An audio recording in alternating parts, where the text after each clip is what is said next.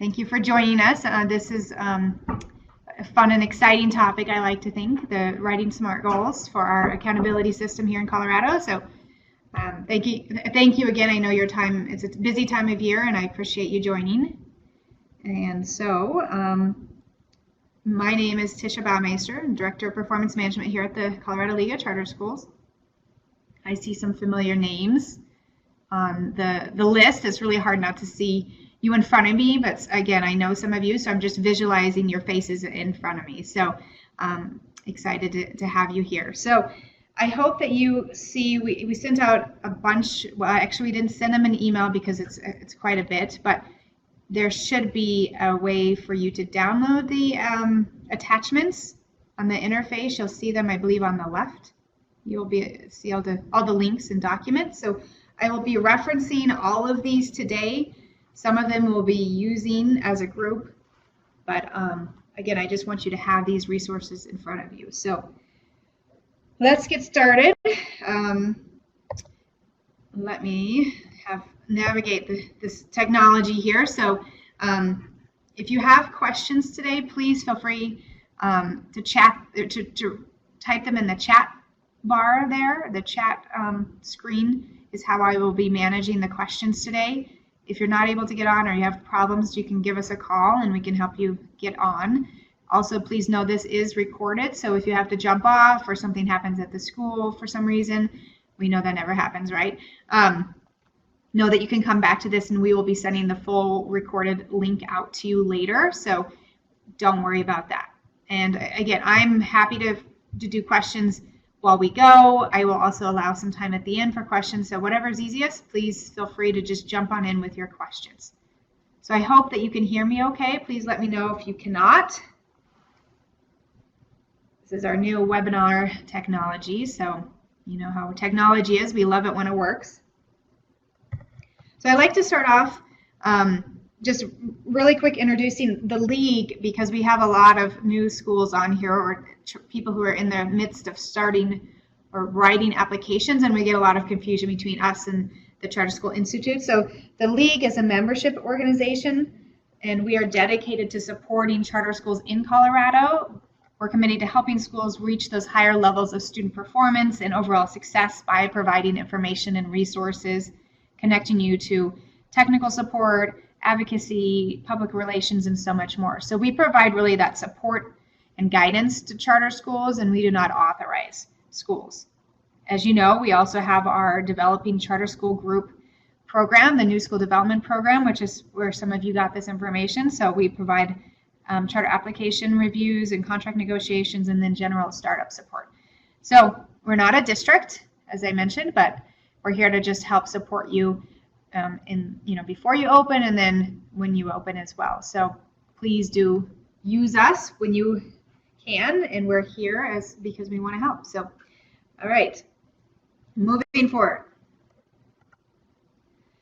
Today, hopefully this is, looks familiar for what you signed up for. We'll start with just a brief overview of what SMART goals are, those foundations to setting goals, the guidance around specifically what, how many and what should they look like, especially in how they fit with our accountability system here in Colorado.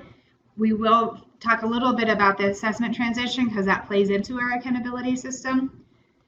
And then I will share some tools for target setting. Specifically in my role with new schools, I do a lot of reviewing of goals and targets within the charter application. And so I think it's helpful to share some tools that people can use for new schools before you open, but also it's relevant to some people who are on for existing schools when you talk about setting targets for next year or for your unified improvement planning.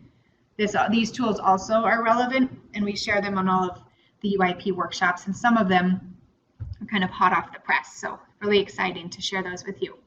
And then we have a ton of sample goals that we have as a resource to you, both in this PowerPoint, and then one of them is the attachment there that says it's a PDF sample goals for new schools, SMART goals.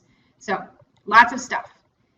I like to start off with these quotes here because it's really, kind of goes to why do we even care about setting goals, and it's always, I just think that these are really telling testimonials or quotes, if you will. We do not find a single case in literature where student learning increased but did not have a central goal. So really impactful when we set good goals.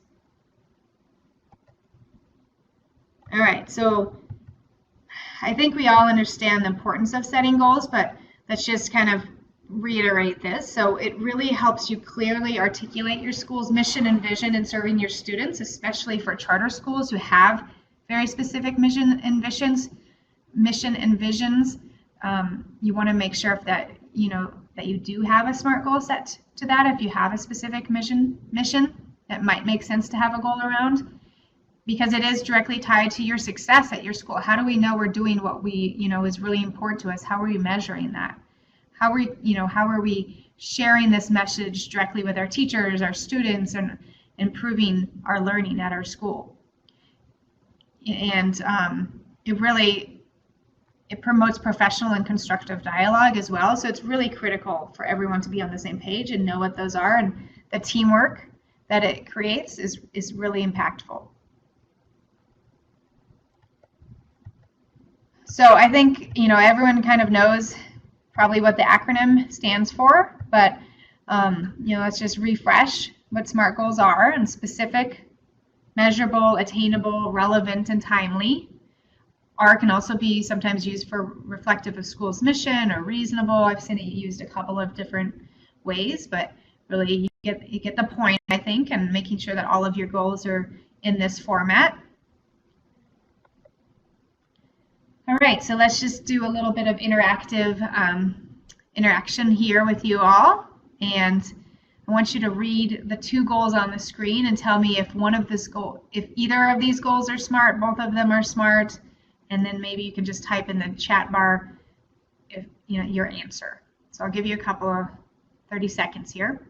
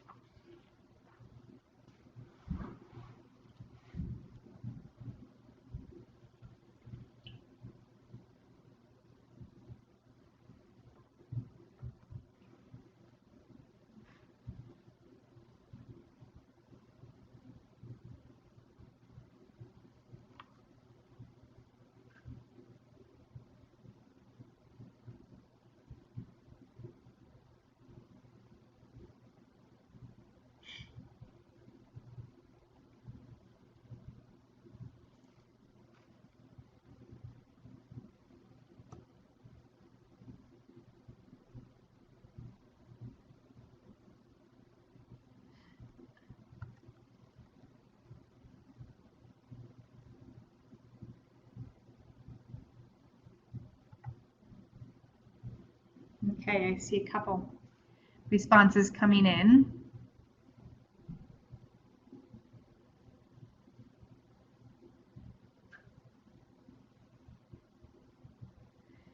Good. So you guys are, obviously figured out number one is really not a SMART goal, and we'll go into the next screen what it's missing and why not. And number two is, better written. And this, Anne mentions why it's written in the range of by 2017, and this is really meant for new schools. So if someone's writing an application now, they'd put a goal out for a little further. So that's probably what that means and why that's written kind of that way. So, but it has at least all of the right, the key elements to what a SMART goal needs to have. So on that level, so you guys did good, great job. When we talk about, what are the key elements for academic equality, and we want to make sure that SMART goals have all these different components. So they want to have an indicator, measures, metrics, targets, and benchmark comparisons. And so for number one, it was kind of missing, the measure was a little bit incomplete. It didn't specify, was it PARCC or was it a different like NWA MAP assessment, for example. It didn't have a good metric on there, and it didn't have a target. listed out. So it had kind of pieces of all of that. All of those are assuming that you've done your benchmark comparison, and when you're setting your targets, where your starting place is and who you're comparing yourself against. And those are some of the most challenging pieces of setting goals. I feel like a lot of times we're just like, let's just set it at 70. That sounds like a good number, which I know it's easy to do that, and it's hard to really know. So that's where we are going with some of the tools that I've put together, some of the recent stuff that has come out that will help us do a better job of understanding our benchmark comparisons. At least I think so, and so hopefully you guys will too. We'll see. Okay, so some guidelines for goal setting. As you probably are guessing already, you want to make sure it's written in SMART goal format, obviously, and you want to, if possible, I really think it is important to articulate your mission and vision. And then, make sure it's ambitious, but this is a pretty important one. But you want to shy away from setting too high of expectations without really understanding this baseline data for the students that you will receive. So a lot of times, you have this idea, you've done your research of the students that you're going to get in your doors, and then when you open, you get a slew of, half of your kids come in with IEPs or something. So that can really tweak your data and the goals that you set. So that's just a caution that we share. And I think a big thing is where we see schools right off the bat setting a target, an external target of 100% of our students are going to be, meeting the state expectations on the state test in 1 year. And that's one that we don't think is a really good idea to set, at least with your authorizer, because again, you don't know who those students are, and you don't want to be, potentially closed down because you might not make this target. So that's something that might make sense as an internal goal for sure, but not something you want to put in your charter contract, our recommendation at least. And then don't forget about setting organizational and management goals, finance, facility, leadership, governance. Those are all really important goals that you should, have in your charter application or contract. And so we don't want to just not have, anything around non-academics. So, all right. So the other challenge is, how many goals are we talking about here? And so we have some general guidance. As you would imagine, too many goals are too hard to, to manage and measure. So you want to be really careful about, why are we measuring this goal? How is this important to us? And then, if it is, then figuring out how we're going to manage these. I did share just a minute ago is not all goals that you may develop are really necessary for your external audience. So keep that in mind. We definitely recommend that you do no more than 10 to 12 broad goals. So something like, around performance, student performance, or, something like that. And then that's a really broad goal. And then you could break it down, within all subjects. For example, we have versus having a goal for every subject, you might want to combine all subjects together in one broad goal and then think about how you'll meet those specific subjects with additional tests like literacy, for example. Fewer goals are also acceptable. So again, really thinking about what is it that is important to us. Going back to that mission of your school, you might have fewer goals, you might have more. So use your discretion when you're setting these goals, and then make sure that you're regularly looking at them and updating them with new information. So as you get your scores, for example, you reevaluate, this is the target we set, this is the data we're getting, yikes, this is not looking good, or wow, we've already met our goals, so maybe we should, up our target, stuff like that. So again, feel free to stop me if you have questions. Jump in anytime.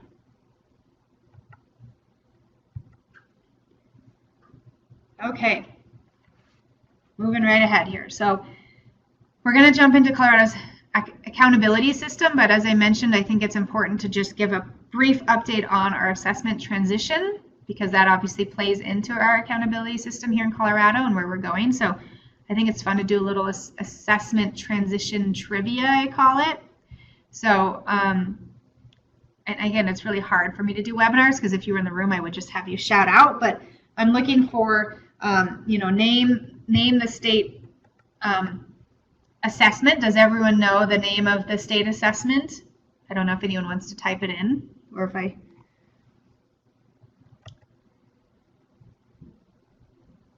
someone's typing.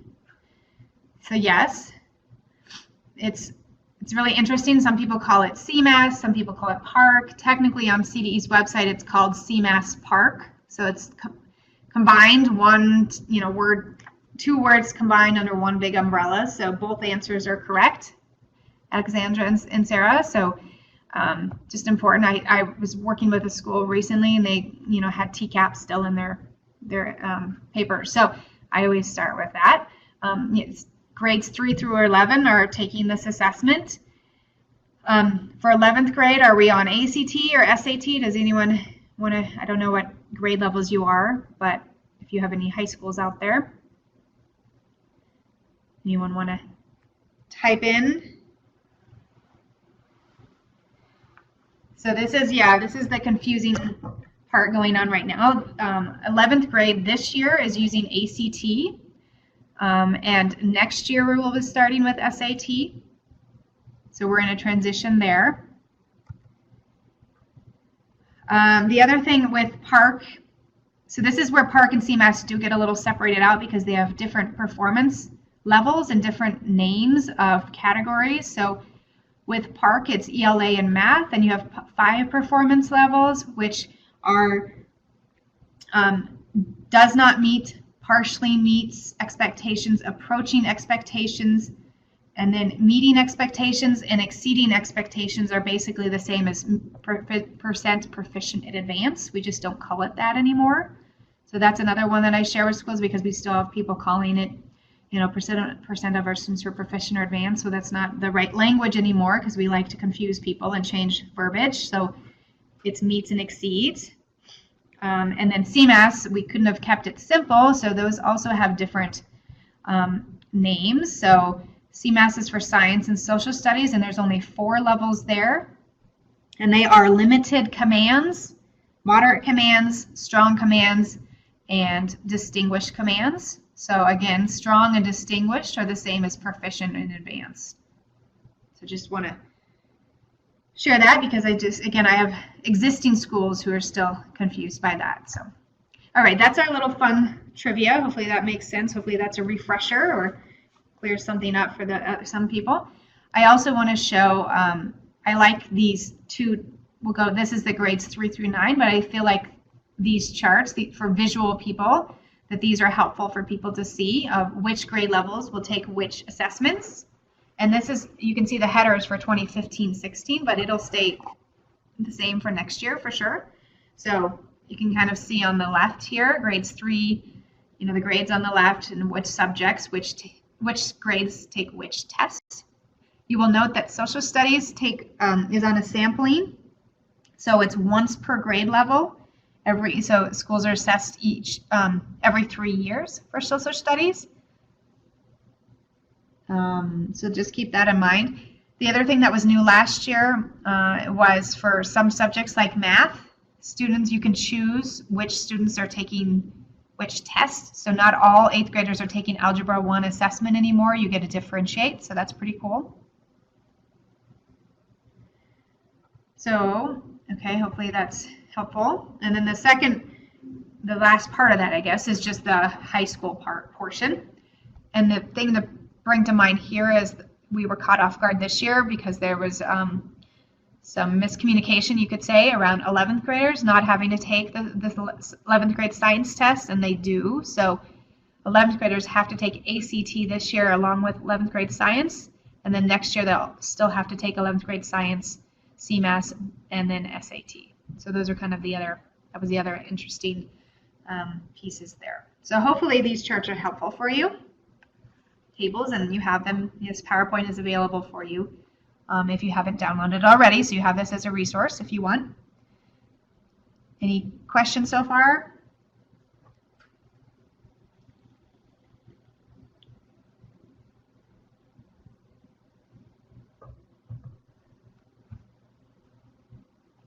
I see we have one question, so let me just wait a minute. Yes, your high schooler will be thrilled. Okay. Good. Yeah, we know Opt-out is a whole nother story that we're not going to talk about today, but if you have questions, we can talk about that. But we do know that high school was where there was the highest amount of opt-out, so we want to keep those high school students happy as possible. All right, so moving on then. I like to show this PARCC reporting because it's helpful on a couple of reasons. When you think about goal setting, you want to know what kind of data reporting you will receive. So you can, think about, you might want to set a goal on this particular piece. The other part to keep in mind is the PARCC assessment takes things to whole new levels. So you want to be prepared to give your teachers lots of professional development opportunities and then time to understand this new assessment. We expect students to do things at younger grade levels and more depth.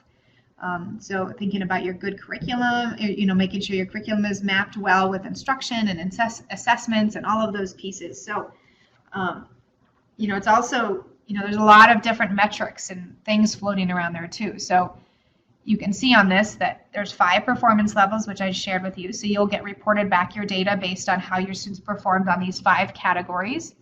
You will also get, for the data display, what percentage of your students were on next grade level, track to be on next grade level, on track or not on track. And then for college and career readiness, that's the middle piece. And then students, you'll get the information on below expectations, nearly meeting expectations, or meeting expectations aligned to their sub-scores for ELA and math. So thinking about goal setting, again, if you're a college prep school and you're really focused on that, you could potentially think of setting a target around the percentage of your students each year that will be on track to being career and college ready, knowing that you'll get this data reported in this way. So again, just something to think of. Lots of different things out there around the PARCC reporting. So I like to share that. When we start getting into the accountability model and the different indicators, since we know what indicators are, we kind of talked about that language. We have 4 of them, and we refer to student achievement as status. We also refer to it as growth, and then we refer to it as growth gaps, and then refer to the 4th indicator as post-secondary and workforce readiness. Let me move to a graph because, again, the lots more people, it's easier to see it on the visual piece, I think. So again, on achievement, we've talked about this already, but this is your PARCC, the percent of students who are meeting or exceeding expectations, and then the CMAS is the percent demonstrating distinguished or strong commands. So you'll get this data this way, but you'll also be expected to write goals and set targets according to all 4 indicators, depending on your grade levels. If you're not a high school, for example, you don't have to do the post-secondary and workforce readiness. But if you're a K-8, you'll be expected for these 3 indicators of achievement, growth, and gaps. So hence why I'm showing it to you, but it's also good background information for you. For growth, you'll be getting median student growth percentiles and adequate median student growth percentiles based on the PARCC assessment, but it's a different metric. And we will, hopefully I have a little video to show, hopefully the technology will work for that. If not, then I will send you slides explaining getting into the growth model a little bit. And then growth gaps are really just understanding what the growth looks like for those disaggregated groups. So your race and ethnicity, students on IEPs or disabilities, free reduced lunch students, English proficiency, all of those groups. Below proficient, or that's actually bad old language now, students who are below, partially meeting state expectations. And then post-secondary and workforce readiness is broken into the ACT this year, SAT next year, graduation rate, dropout rate, and then disaggregated graduation rate. So hopefully this looks familiar, because this is going to be moving on. This is how we're basing all of our goals around. So keep that in mind. Any questions so far?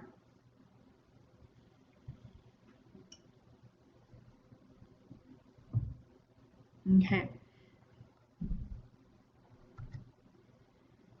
All right, so I am going to attempt to just show you it's like a 5-minute video, I think 4 minutes, on the Colorado growth model, because I think it really does a good job of understanding how the growth model is really critical to what we're doing in measuring growth in Colorado, particularly. So let me see if this works. Please let me know if you can hear the sound, and if you can't, then we'll stop and we'll just move forward. So let me try it now. It's going to be a two-part video. This presentation is designed around 4 questions about the growth model and how the data can be used within Alpine. The questions are, what is the growth model? What do the scores mean? How do I use the reports? And how can we use this information to improve instruction? First, let's address the question of what the growth model is. Traditionally, CSAP data have been summarized by looking at the percentage of students who are proficient or higher. This type of a scale has a range of 0 to 100%, and the school might compare itself to the percentage of students in the state who are proficient or higher, or compare itself to other schools, or look at its own performance over time. Some schools are higher achieving than others, meaning that they had a higher proportion of students who demonstrated the skills that are represented at the proficient level. The growth model takes the same CSAP data and interprets it in a different way, shown as the x-axis of this graph, and labeled as a growth percentile. Percentile-type scales have a range of 1 to 99, with 50 as the midpoint.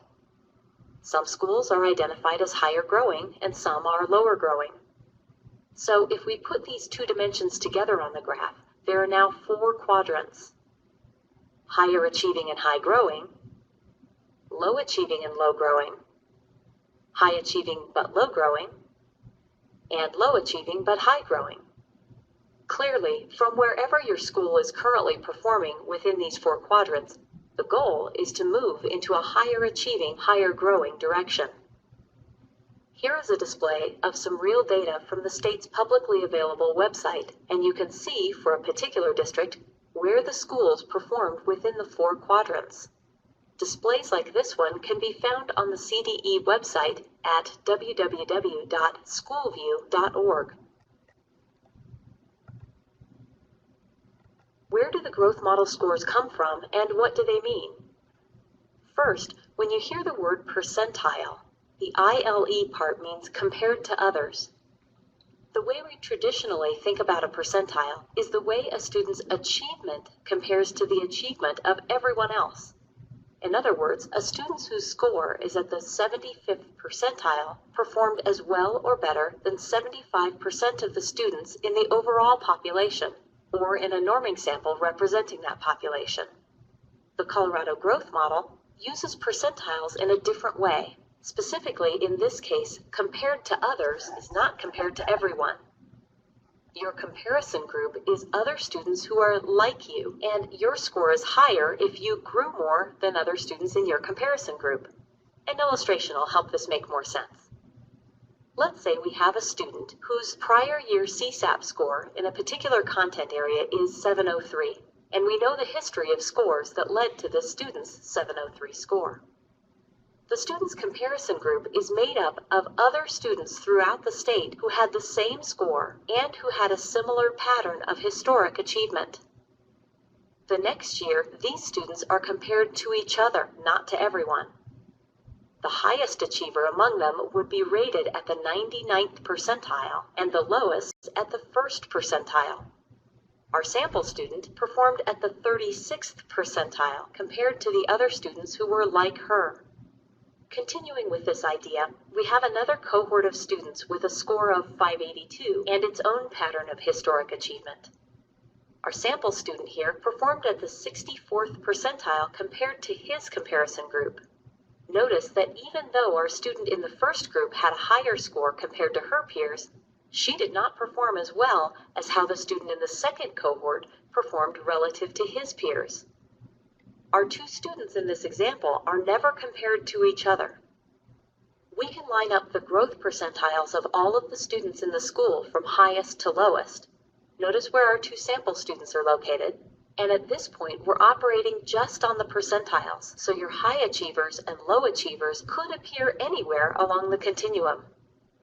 Growth percentiles are sometimes described in 3 categories: high growers, typical growers, and low growers. In this illustration, we ended up with 6 students in the high category, 7 students typical, and 4 students in the low category. The school's overall rating that was described on the x-axis of the scatter plot earlier in this presentation is derived by finding the median value along this continuum. The median is the middle score when the scores are organized from highest to lowest. We sometimes refer to the growth percentile dimension of the scatter plot as an index of effectiveness at differentiation because every student has an equal opportunity to help your school's median growth percentile.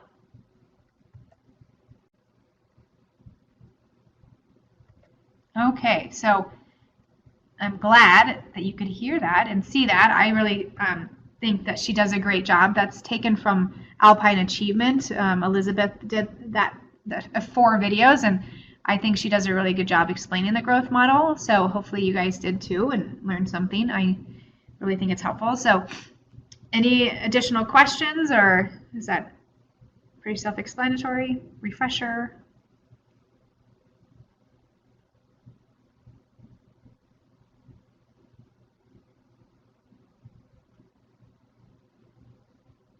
Okay.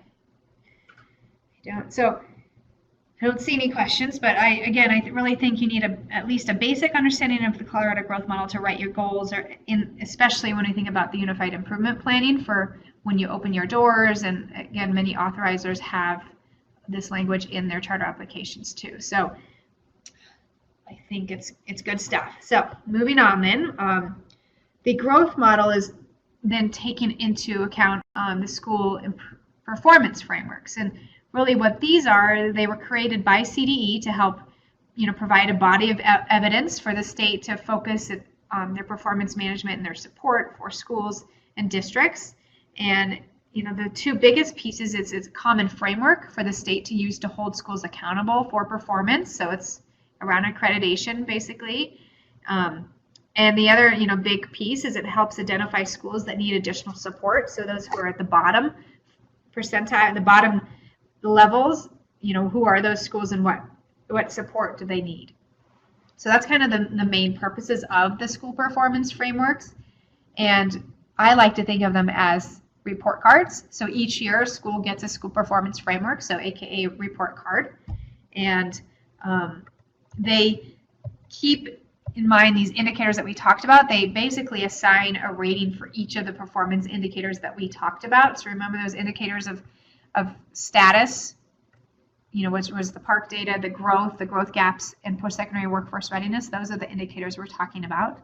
So you get a rating for each of those indicators, and then to what extent or how close you came to meeting your state expectations on each indicator. So you either get a rating of exceeds, meets, approaching, or does not meet.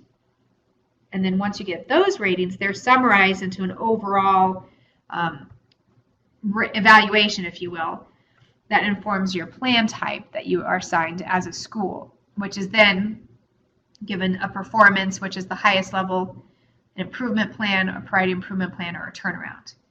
So now I just spit out a bunch of different verbiage. Lots of different acronyms come out from this. Here's a visual of that. So the school performance framework, again, think of it as your report card. This is just the front page of the existing school performance frameworks that are out there right now. They are being redone, I will say, but I still think it's helpful to share. This is a nice annotated one, so you can kind of look at what we were just talking about. These are your on the right is your indicator ratings we were just talking about, the achievement, the growth gaps, and post-secondary workforce readiness. You get a rating, based on where you are. Test participation is part of that. But they're still trying to determine how it's going to be a part of it now with ESSA, and how things are going with that. So that's still being figured out. Plan type assignment is then based on how you perform here. On the left, you'll notice you'll get your plan type based on these 4 possible plan type assignments. You're designated, in this case, they're designated as an improvement school because they got between 45 and 60 of their percentage points. So hopefully that makes sense. here, so the school performance plan then dictates, like I just said, the Unified Improvement Plan, what level that you will have on this. And so the Unified Improvement Plan, or the UIP, as we refer to it as, is based on those 4 indicators, as we just saw. It's a pretty comprehensive process. It's supposed to involve all of your staff. It has 4 main sections to complete, and it's really a deep analysis of your data with decisions that need to be made based on root causes that you're doing as a staff. You then put together an action plan, how you're going to, get to these root causes and impact and change and improve your school. And then it is a public document that is posted online. So hopefully you see how the UIP fits with the SPF, the School Performance Framework. We really like, the UIP is really a good thing because it helps make sure that schools are continuously focusing on improvement and performance management. They're looking at the right things, they're evaluating their performance, they're gathering and analyzing and looking at that data, they're planning for strategy, they're incorporating strategies for improvement, implementing those strategies, and then reevaluating. So in many cases, charters were doing this anyways, but in some cases we had charters who weren't. So it kind of forces you to do this on an annual basis. Hopefully it's happening more than annually, but that's really why we really think the UIP is a good piece of accountability, if you will. So as a new school, why do you care, I guess, is maybe what you're thinking. You care for a couple of reasons. First of all, new schools will be required to complete the UIP during your first year. So when you open in August, you'll be expected to do one of these, it could be as early as September, which is a little challenging. The state defaults to giving you, a new school at least, an improvement plan, but some authorizers or districts give you you may choose to override that and give you a different plan type. So it's always good to contact your authorizer, your district, in August or September and ask for their guidance around, what plan type am I, when are they due, that sort of piece. You also can get growth data as well, which is kind of a new concept because you've only been open 1 year and you need 2 years of data for growth. Many districts are giving you, you get data from, if you have incoming 6th graders, for example, and they've taken the state assessment at another school, they'll get you that year's data and combined with the year at your school, and that's how you get your growth data. So that was relatively new, about 3 years ago when that happened. So just something to keep in mind. You can get growth data, or you will get growth data, even though you've only been open 1 year. As a new school, we generally advise you to copy and paste your goals from your charter contract, your application into your UIP that you've worked on so well, but you definitely want to talk to your district, your authorizer, if that's what they're going to recommend. And the other piece of that is many districts or authorizers are incorporating templates or charts and worksheets from the UIP template into the charter contract. So you will get to know the UIP earlier because you'll be forced to write targets and goals in the format of what you will need to do for your UIP anyway. So you'll see it even before year 1. So another reason it's good to just at least know what the Unified Improvement Plan is, because you'll be hearing about it earlier and it's not going away. So something to think about, and we do have, we can help support you with that. I personally field lots of questions around this with new schools and even existing schools, and we do a series of, I think we did 9 workshops last year, some webinar, and then regionally across the state. We try and do that every year with the UIP and accountability. So we offer lots of support around this area. Any questions so far?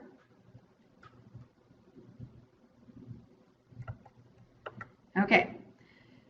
So let's get into the exciting part, or at least I think. I'm kind of a data nerd, so I think this is the exciting, fun stuff, setting some targets, and I'm really excited to share some of the new tools that have come out. So it's fun. So, all right, this is where we are. Let's see.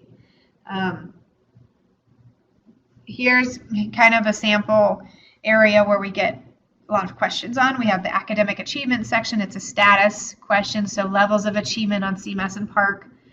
Percent of students that are performing at the meets and exceeds level on PARCC and ELA, math, social studies, and science for each grade level. A sample question or target might be 75% of students who attend for 2 or more years will meet or exceed on the CMS PARCC ELA test in 4th grade in 2016-17. So that's appropriate sample. That's appropriate target for a school who hasn't opened yet, I will add. Pitfalls, concerns, things to think about. Again, we highly recommend that schools do not put 100% target in there, at least for their authorizer, because again, you don't know who those incoming students are, and you might have that as an internal goal instead. So I know I keep saying this, but we see this all the time. So I always mention it.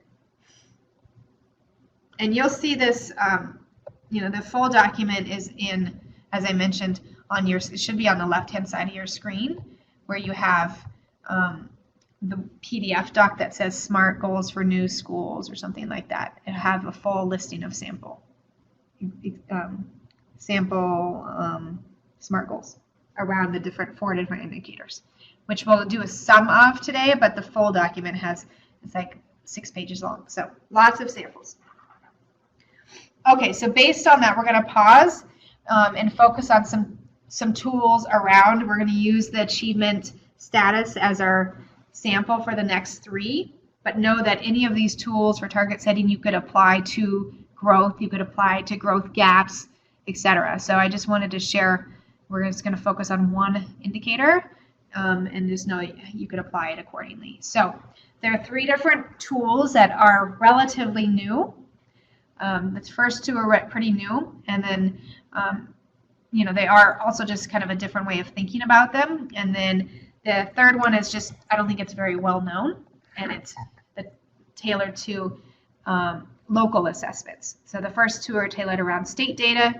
The third one is tailored to local internal assessments that schools are using.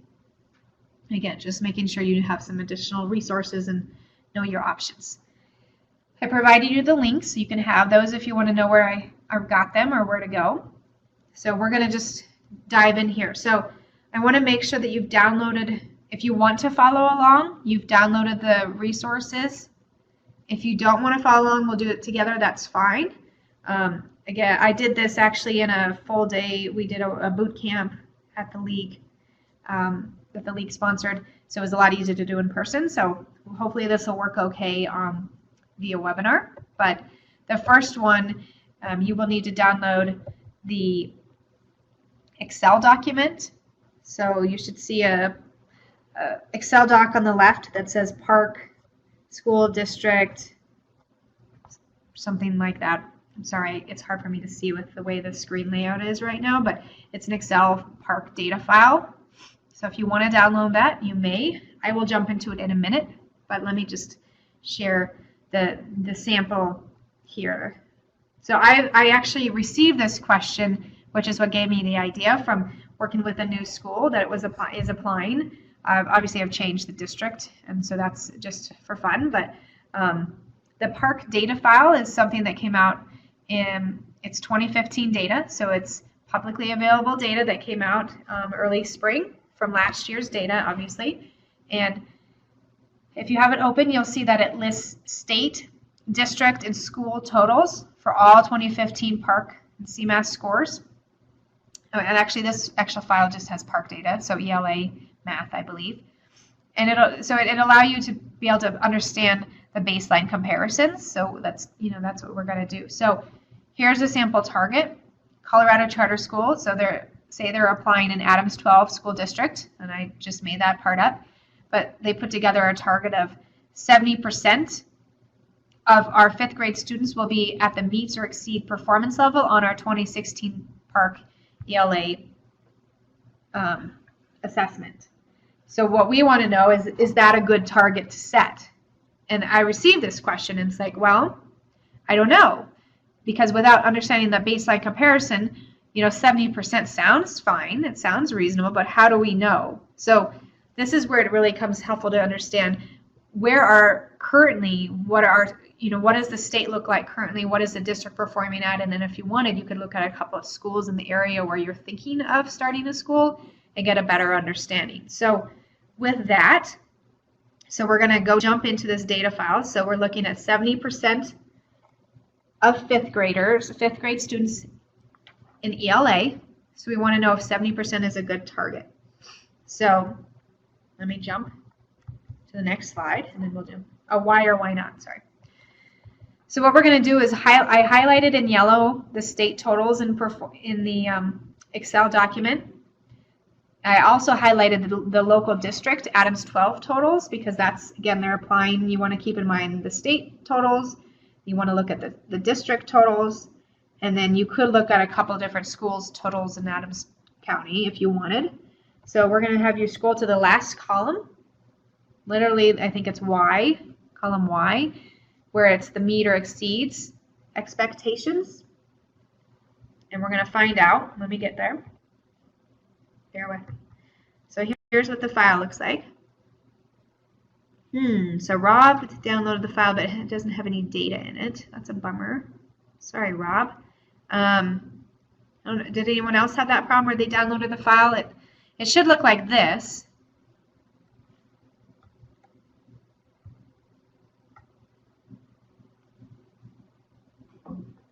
Yeah, maybe see if you can try again. If not, I'll definitely email it to you. We can email it to you personally, or see what we can do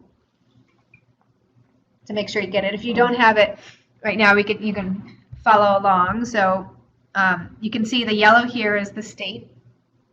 I'm in the state area, the first 20-ish columns. And there's a whole bunch of information in here, obviously. I've grayed out, kind of blued out this subject, the content area. And we're focusing on the very last column, which is column Y, which is in green. And so we want to know for fifth grade ELA is 70% for the state. What was the, for fifth grade ELA for the state, what was the total? So you can get a sense of, for all schools, oops, I highlighted the wrong one. It was at 40.5%. So does everyone see where I went? So last year, in 2015, across the state, the average percent of students who are meeting or exceed expectations on fifth grade ELA was 40.5%. So that's good to know. So this is where I'm going with it. The next thing you'd want to know is for Adams 12. This school is applying in Adams 12. What was the target, what was the actual in Adams 12 for fifth grade? It was 37.8. Oh, good. Rob's got it. It was 37.8. So you can kind of see the state was 40.5. The district was at 37.8 for fifth grade ELA. So going back to my screen here, hopefully everyone saw that. Oops. To answer the question was that a good target? 70%? If the state was at 40 and the district was at 37.8? No. So that's why it's really important to know, where the current baselines are before you start just randomly setting targets. So that was the point of this activity, is look at the data, the information you have access to right now before you start setting targets. So hopefully, again, I really like data, and like I said, data nerd, but hopefully this is a helpful tool that you can see how you could use it. Okay, so we're done with the Excel doc. Sorry, I know Rob, you just got it. We're going to move on to the activity number 2. You guys let me know if I'm going too fast too.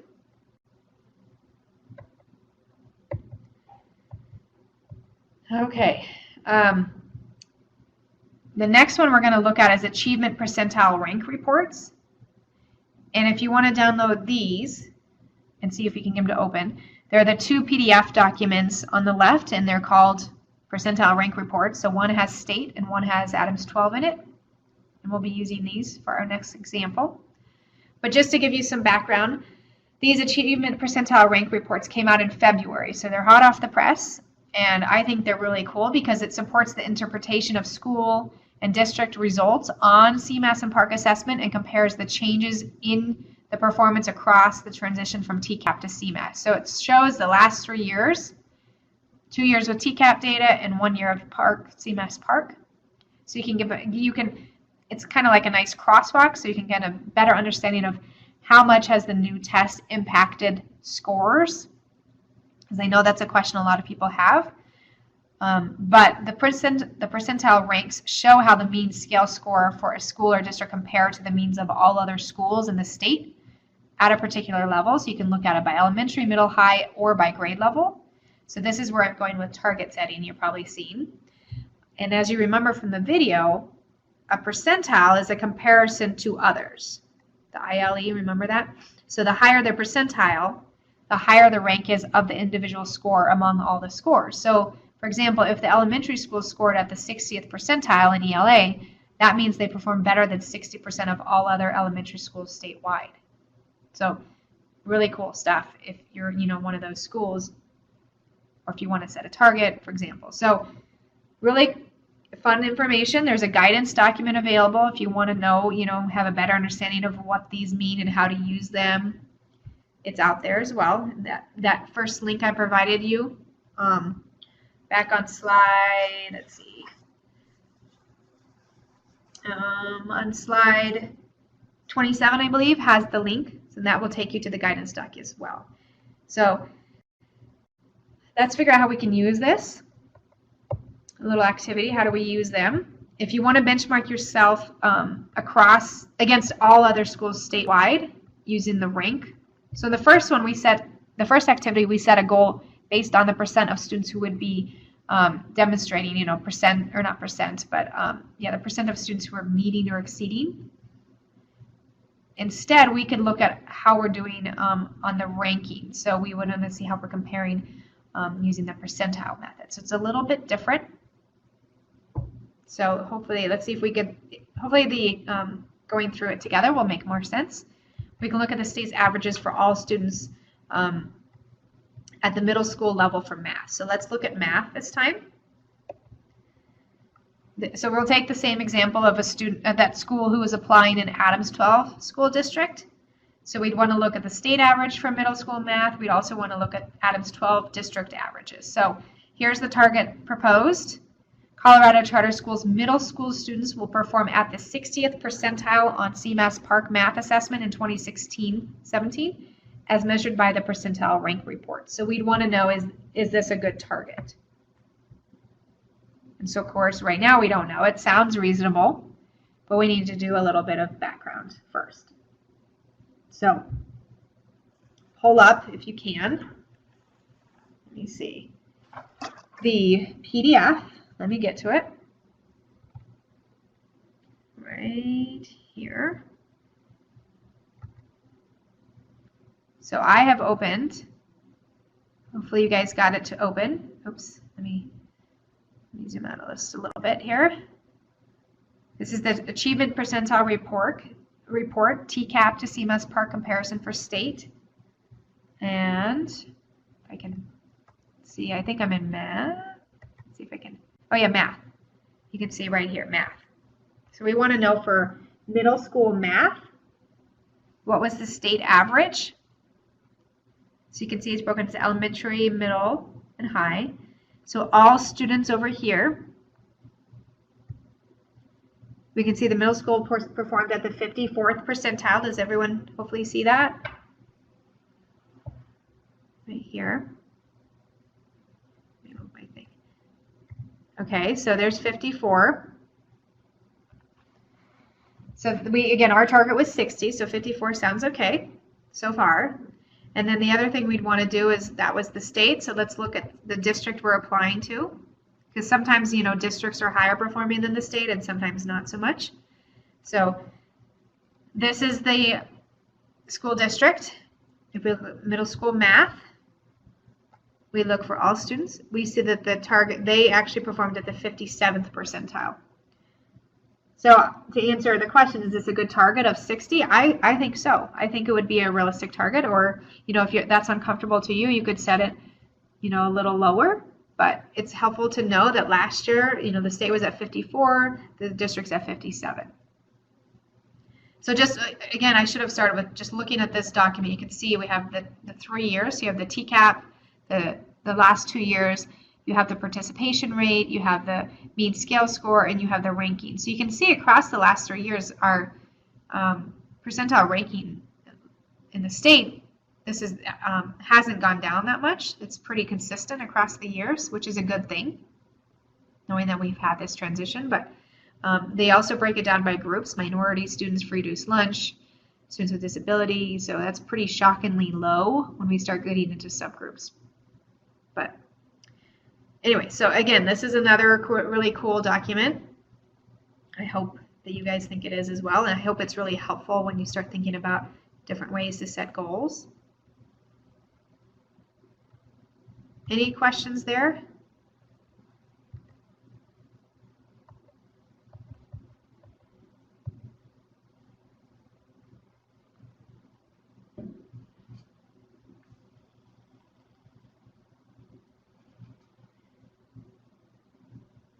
Okay, I hope we're still awake or with us. I know it's a busy time, so without you in front of me, it's hard to see. So, all right, the third activity then we'll jump into. So the first two were aligned to state information. This one here is the assessment instrument descriptors. These are for local assessments, as I mentioned. So CDE has put together instrument descriptors for a number of local assessments used in Colorado, the commonly used amongst districts, and usually charters are, Rob's totally awake. Good, I got another data geek with me. So these are resources that are used, usually charters pretty much use the same assessments as their districts. So you'll notice I have the list at the bottom there, but there's a ton of really good resources. A lot of most popular assessments, local assessments, they have developed these for. So it's really critical when it comes to setting your goals, as you probably are getting the point. But so you can accurately benchmark yourself against the norms and really understand the cut scores, so you set some, good realistic targets. Again, a lot of people don't always know because it's hard to, you do your vendor training and there's just so many things and then you don't remember. So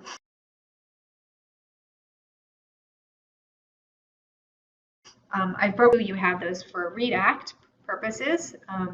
And then NWA's MAP assessment is probably the most commonly used across charter schools in Colorado. Scantron's been used a lot.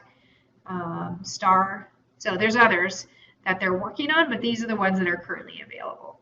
So we are going to dive into just one, and I'm going to choose NWA MAP just because, again, most charters are using it, but there's lots of other ones out there. So I just want to pull out a couple of areas that I just want to make sure you're aware of in case you haven't seen these before. If you haven't downloaded this one, it's the Word doc, and it's called Activity 3, but it has NWA in it, or Assessment Instrument Descriptor or something like that, but it has Activity 3 in it. So I'm just going to pull it up. Yeah, NWA MAP Instrument Descriptor. So it looks like this. It's long, it's 14 pages. So again, this is why I just will orient you to it. It talks a little, about the instrument name and specific ways to use it.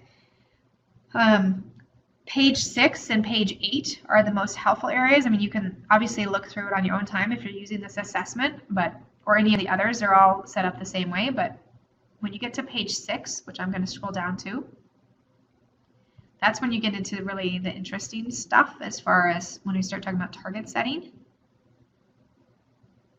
Let's see, where am I? Page 4. All right, so right here, in the middle of page 6, you see overall performance, student count. So, count, so overall performance, count and percentage of students with overall scores in the following categories: low, low average, average, high average, and high.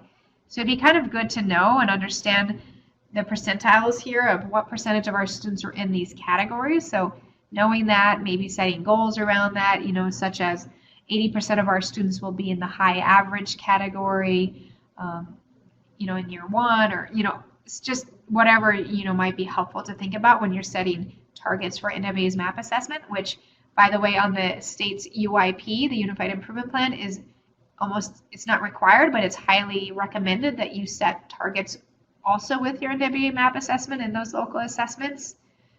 So just another reason you might want to know about these. If you don't do it internally, or if you do it internally, you could also set them for internal purposes as well.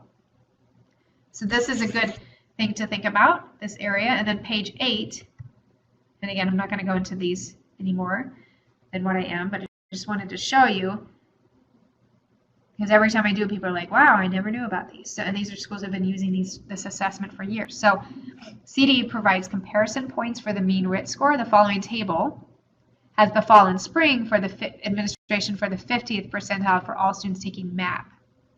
So this is, reading, so you can kind of get a sense of fall mean RIT score and the spring mean RIT score. And if they have, this score, they're at the 50th percentile. And this is the growth, if they go from 175 to 189 and from fall to spring. So again, thinking about setting targets, what percentage of our kids will be at that 50th percentile? Or, where are they currently, or what's our target?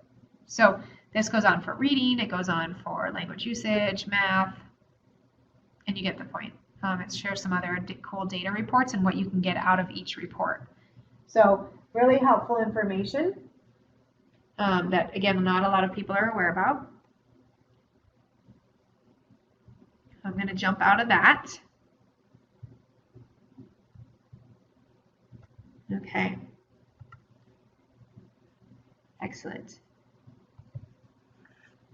All right, so thinking about, so we've been talking again mostly around achievement and status, but again, a lot of specific, that could be, as I said, applied to growth, and particularly the NWA MAP assessment, that could be considered both growth and status in many ways. So moving forward, let's do some more examples within other indicators that we were talking about. So the longitudinal growth measure, we've talked about that as really, for the state, it's the growth model that you will be expected to write targets for and be measured against, and that's those median student growth percentiles.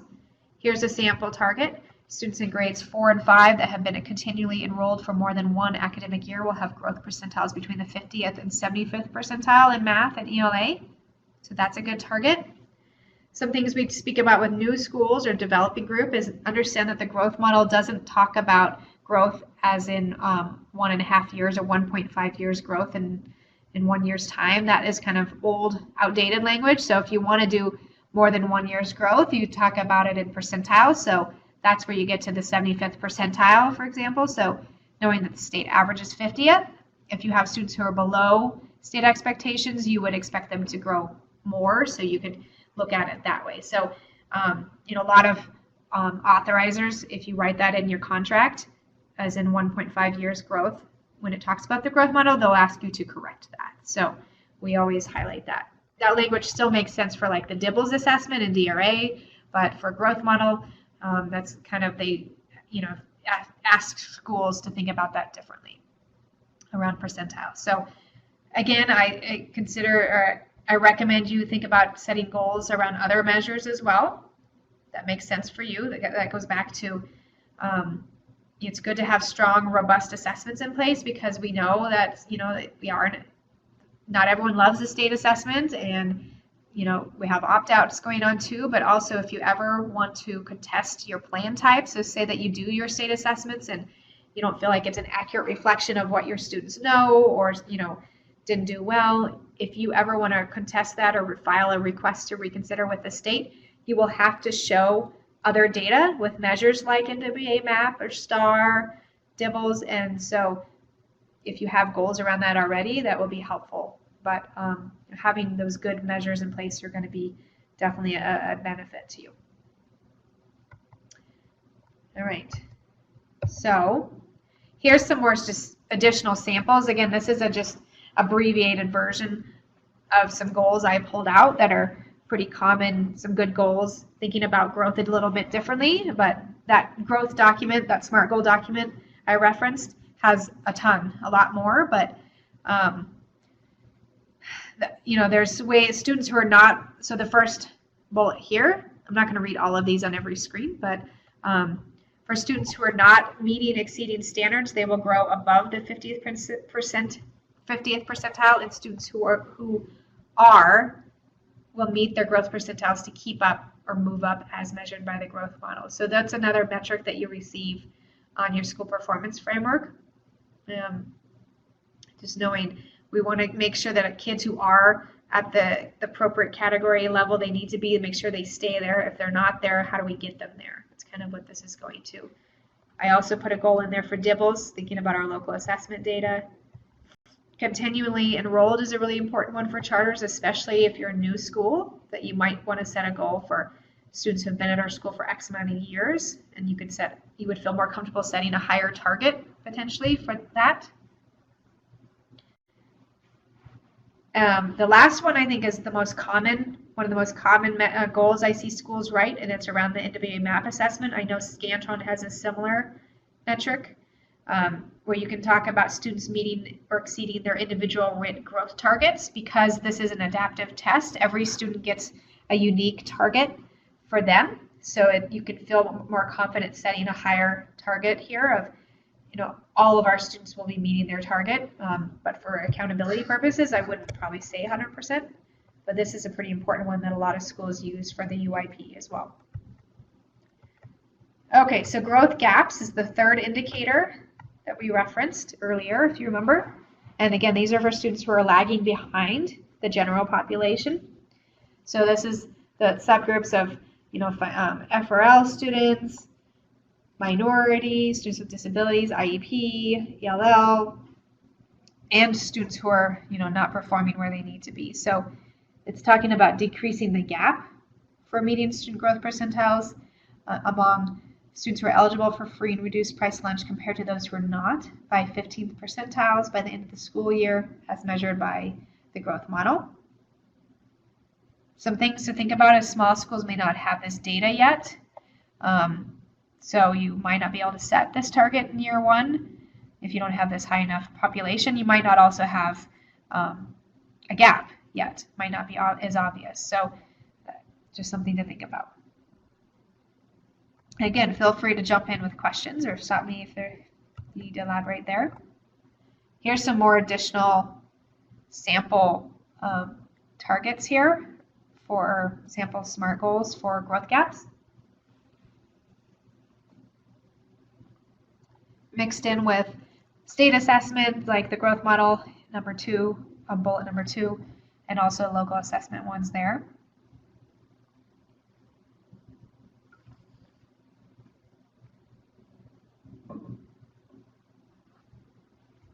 Okay.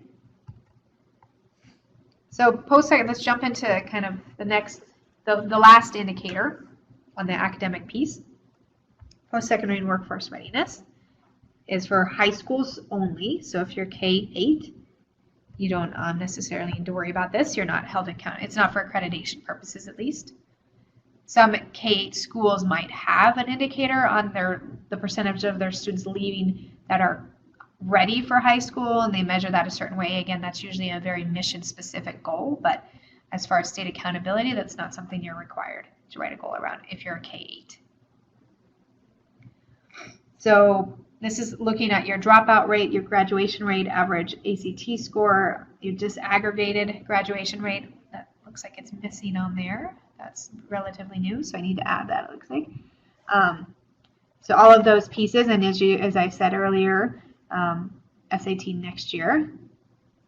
And sample here might be the 95% of seniors planning to attend college will apply and be accepted to a 2 or 4 year college, trade, and technology school by the end of 12th grade. That's a common goal that we see a lot of college prep high schools having in their application, actually. It's a pretty high goal, and we have, we see some schools like DSST, the Denver School of Science and Technology, has, you see the media going around where they have 100% of seniors accepted. So 95% is pretty high. There are schools who make 100%. So again, it's kind of going back to your mission. You definitely want to think about making sure that you set these higher than your district averages. When it goes to dropout, graduation rate, you want to be more rigorous than your district if your district's not a high-performing district. So if you're, we talked about that earlier, but make sure that you look at both the state and the district averages before you set your target with any of these. Okay, so just more sample goals here. We talk about AP courses in high schools. Some schools are really interested in monitoring that after they leave. Enrolling in college. Some will even go to tracking them after, and which is a whole another question is how do they do that, which is really hard to do. But SAT scores, what percent of them will have meeting and exceeding the district scores or the state scores. Graduation rates. So yeah, these are pretty typical. You can also, we tell you be creative. Think about, if AP classes are really important to you, what percentage of your students are having, completing AP courses, college acceptance rates we just shared earlier. So you can be pretty creative in these. We have a school, for example, New Legacy Charter High School is in Aurora, and it's a school that's opened this year, and its mission is to serve teen parents. So very specific population, and they have modeled themselves after a charter school in Montrose, which is called PARCC, and the PARCC I know has a goal in their UIP every year about second teen pregnancy rates. So they want to make sure the parents are coming to them as teen parents because they have had a child, and so they want to make sure they're decreasing the odds of having a second child while they're at their school. So that's something they have in their charter application, an external goal, because it's so important to their mission that they believe that they exist to help prevent having a second baby as a teen parent. So again, just going to the point of being very creative, think about what it means as your mission and how do you know that you're doing what you're supposed to be doing as as part of your mission statement. So that's a pretty a very different example, but hopefully you get the point. So all right, so I already mentioned the sample goal document. Keeping in mind those educational organizational goals, and we'll go into that a little bit here, but there's a lot more in that other document. So setting these organizational management goals, this is one where you can demonstrate success in other areas that are really also pretty, important and unique to your program or to your school. So financial management and performance. We see some schools setting targets that they will have, a clean audit each year, or they'll be in the black by year 2, or, stuff like that. Measuring the stability of leadership and governance. And they do this very, creatively as well. A healthy wait list, retention, enrollment, re-enrollment, staffing, the retention on the staff piece as well as student piece. Parent satisfaction surveys. So, that's also where your SAC can come in and help with, which is another area, but we won't be talking about, but just other things that might be really helpful for you. Again, going mostly back to your mission statement. Some of these maybe more so than others, about what's important to you and why are you measuring it piece. More samples. We're all about sharing samples, as you can probably get the gist of here. Some of these I just mentioned, so I'll let you just look at them for a minute. Community service hours. For your governance, all board members will complete the CDE board training modules within the first 6 months and provided the certificate of completion. That's a pretty cool one for your governing board each year to do.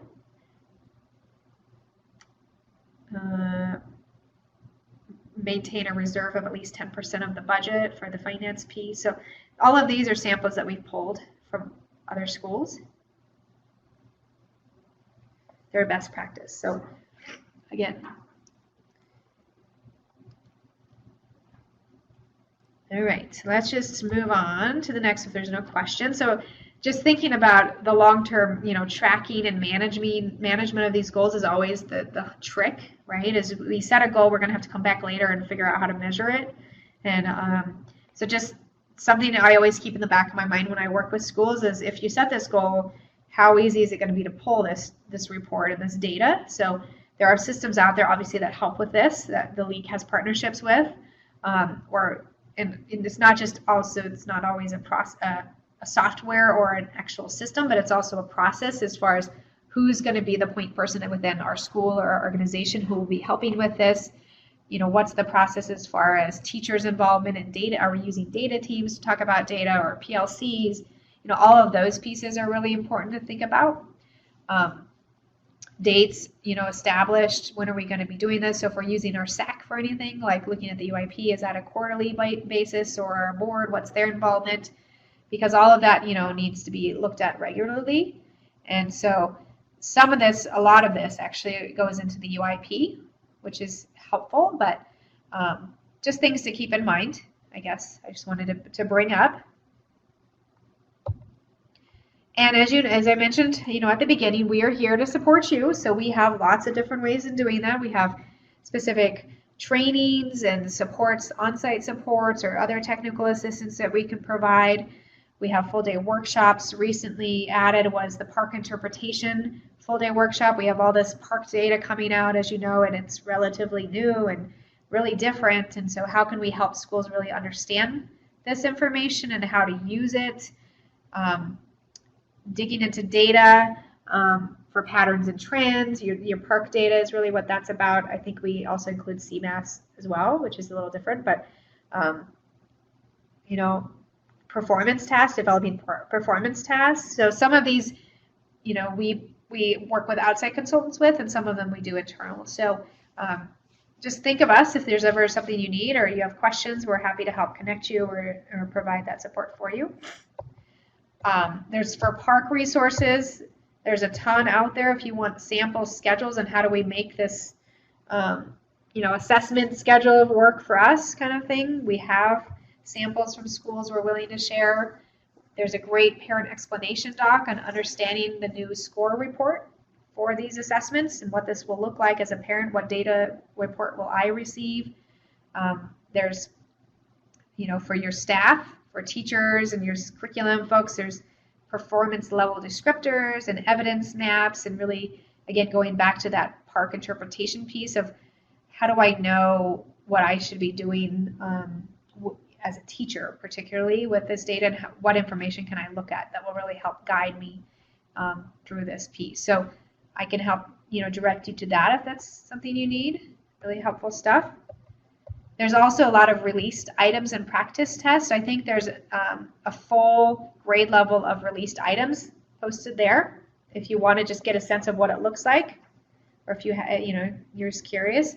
Practice tests, I have the instructions on how to access the practice test if you want to do that, because again, it is very different. I know when I was doing it, the math piece, I was like I was just surprised. I think I did the 4th grade one and I was like, wow, very, very different. So as a resource for you to look at. And more resources. So with these webinars are all, we have a series of webinars from, this accountability piece to some legal to waivers. There's a lot of different webinars that we've done and they're all recorded. We've archived across the years even that are on this page here. Our event calendar, you can, see what kind of opportunities we offer there.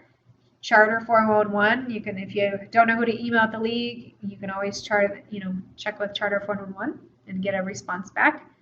The training modules are here, which are really helpful that I reference it for board members, and highly recommend you look at that. I know, I think we'll be sending a follow-up, but if you couldn't get on any of the information or you have more questions, please feel free to email me or contact us. I think I saw Kathy, Kathy Zomke is on. I thought I saw her typing a question. But I just want to thank you for your attention today and joining us. I hope it was helpful, and let me know if there's any last questions.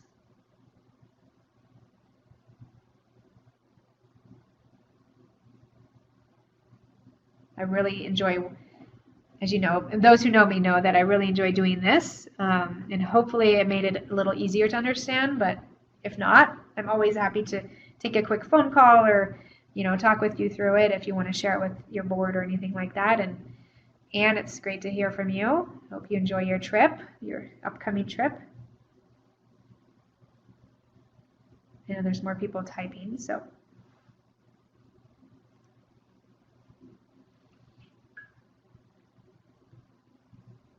Oh, yeah, and Kathy just shared her email too, so we can make sure you have that. Oh, okay, and Rob, yes, time difference from Arizona. So and Rob, it is recorded. So as I mentioned earlier, so if you missed the first part or any part of this, it's fully recorded, so you can access it later. And you didn't miss anything too much, I don't think. All right. Well, I know it's a crazy busy time of year. Everyone's counting down, I think, at least with all the schools I've been working with. So I appreciate your time, and let us know how we can help. We're here for you, and thanks everyone so much. Have a great, and one more person typing, so just check. And all right, well, thank you, and we will hopefully talk to you sometime in the future. Have a good day. Bye.